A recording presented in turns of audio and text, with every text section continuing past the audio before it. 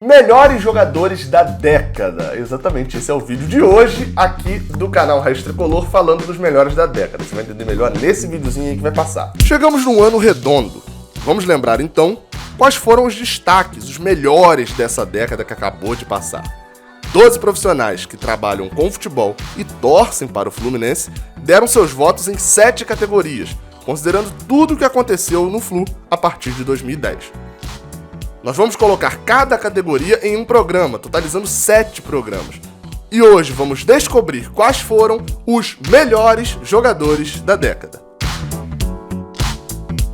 Bem, agora que você já compreendeu, eu sou o Gabriel Amaral, apresentador aqui do Raiz Tricolor, e trago a vocês esses números dessa votação. Importante dizer, todos os jornalistas jornalistas e produtores de conteúdo do Fluminense que foram responder essa pesquisa responderam um top 5. E esse top 5 tem pontuação. O primeiro lugar levava 6 pontos e a partir do segundo levava 4, 3, 2 e 1 para poder dar uma valorizada em quem era o primeiro lugar. É importante dizer que existe um podcast abordando toda essa votação e comentando, feito comigo, com o Fio, que também é do podcast, e o Vitor Caneiro do Globoesporte.com, e esse podcast, o link tá aqui na descrição. Corre lá para ouvir, que tem já todos, vai ter spoiler, porque vai ter outros vídeos aqui, então tem spoiler lá das outras votações, uma análise bem maneira que a gente fez e que já está lançado, o link tá aqui na descrição.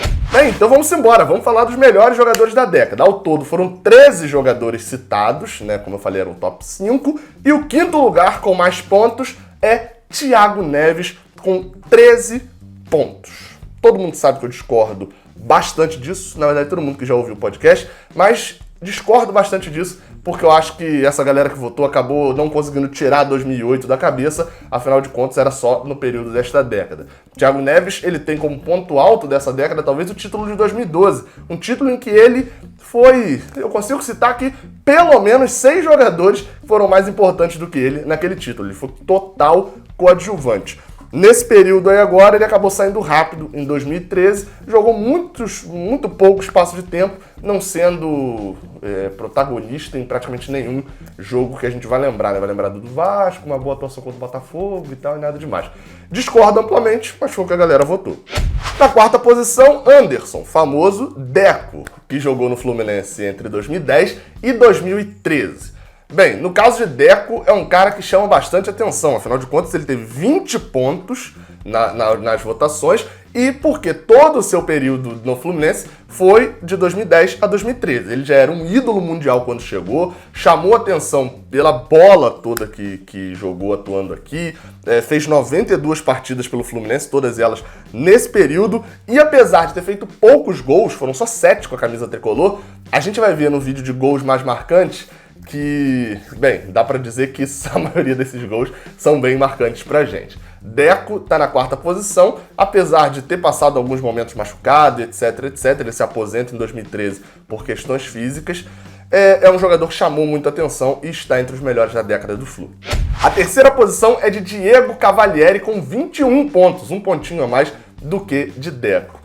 Cavalieri foi o motivo de eu não fazer uma votação específica para goleiros, porque afinal de contas ele passa 7 anos no Fluminense, 7 temporadas no Fluminense, e sendo 5 inteiras seguidas, 5 inteiras seguidas como titular absoluto do Fluminense. E isso chama atenção, afinal de contas seriam poucos outros goleiros para poder entrar nessa categoria. Cavalieri teve provavelmente seu ponto máximo, provavelmente não, foi o seu ponto máximo na carreira em 2012, quando o Fluminense é tetracampeão brasileiro, e ele divide com o Fred ali o protagonismo daquele título que é marcante para muitos tricolores.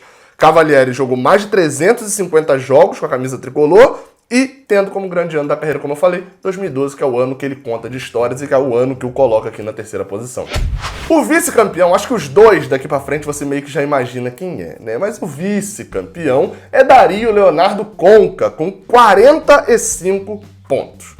É importante dizer que ele só não foi uma unanimidade, todo mundo citou Dario Conca, só não aconteceu isso porque o Fio tem um ranço com Conca, dizendo que ele é superestimado. Você vai entender essa posição dele lá no podcast. Mas bem, Conca foi o cara do Brasileirão 2010, só em 2014 ele volta e só não joga um jogo, porque a marca de Conca é o quê? 2010 jogou os 38 jogos, foi o cara do tricampeonato brasileiro do Fluminense, jogou muito, foi o craque do Brasileirão, foi craque de tudo naquele ano. Em 2014, quando ele volta, ele faz quase a mesma coisa.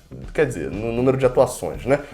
O Fluminense acaba terminando frustrado aquele ano por não ir para a Libertadores, mas a gente sabe que aquele bom time também chegou naquela posição porque tinha um ótimo jogador ali como meio-campista. O Conca jogou 37 jogos em 2014 e tem nesses 2 anos, mesmo excluindo a passagem de 2008, um momento bom, muito bom, para poder o colocar como segundo melhor jogador dessa década no Fluminense.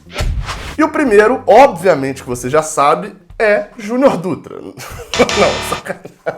sacanagem. É Frederico Chaves Guedes com 70 pontos. É importante dizer, o máximo de pontos, 6 vezes 12, era 72. E ele fez 70 porque só o Vinícius Toledo, do site Explosão Tricolor, colocou o Fred em segundo com Conca em primeiro. Foi citado por todo mundo, obviamente, né? Como eu já citei, por todo mundo, quase todo mundo, inclusive, em primeiro. E bem, sobre o primeiro lugar, Fred, apesar de ser um ídolo máximo do Fluminense, etc, etc, sobre o primeiro lugar aqui nesses rankings, eu não vou falar muito, porque eu sempre vou chamar alguém que votou nesse cara como primeiro lugar também, para poder dar a opinião e explicar por que ele votou em Fred. Dessa vez, nesse primeiro vídeo, eu chamo o Pedro Rangel, do site Saudações Tricolores, e aqui do canal, tem um canal no YouTube também do Saudações, o Pedro Rangel, para dar a opinião dele do porquê ele votou, se não fosse tão fácil, né? Como se não fosse fácil justificar. Mas eu chamo o Pedro Rangel para poder justificar por que ele votou no Fred como primeira opção e como melhor jogador da década. Fala, Gabriel, fala, galera tricolor. Eu votei no Fred como atleta da década aqui nessa brincadeira que o Gabriel está promovendo, porque eu acredito que o Fred tenha sido importante em 2 frentes, né? Dentro de campo, todo mundo reconhece, sabe a importância do Fred para o time do Fluminense, né, os títulos que ele trouxe, os gols decisivos que ele fez, e fora dele, uma liderança, foi uma pessoa que cativou muitas crianças, muitos tricolores, um verdadeiro ídolo. Talvez eu vejo que o Fred hoje seja o maior ídolo contemporâneo da história do Fluminense, e eu confesso, estou muito feliz com esse possível retorno do ídolo para casa. Portanto, meu voto foi no Fred. E aí, curtiram? Vão cornetar?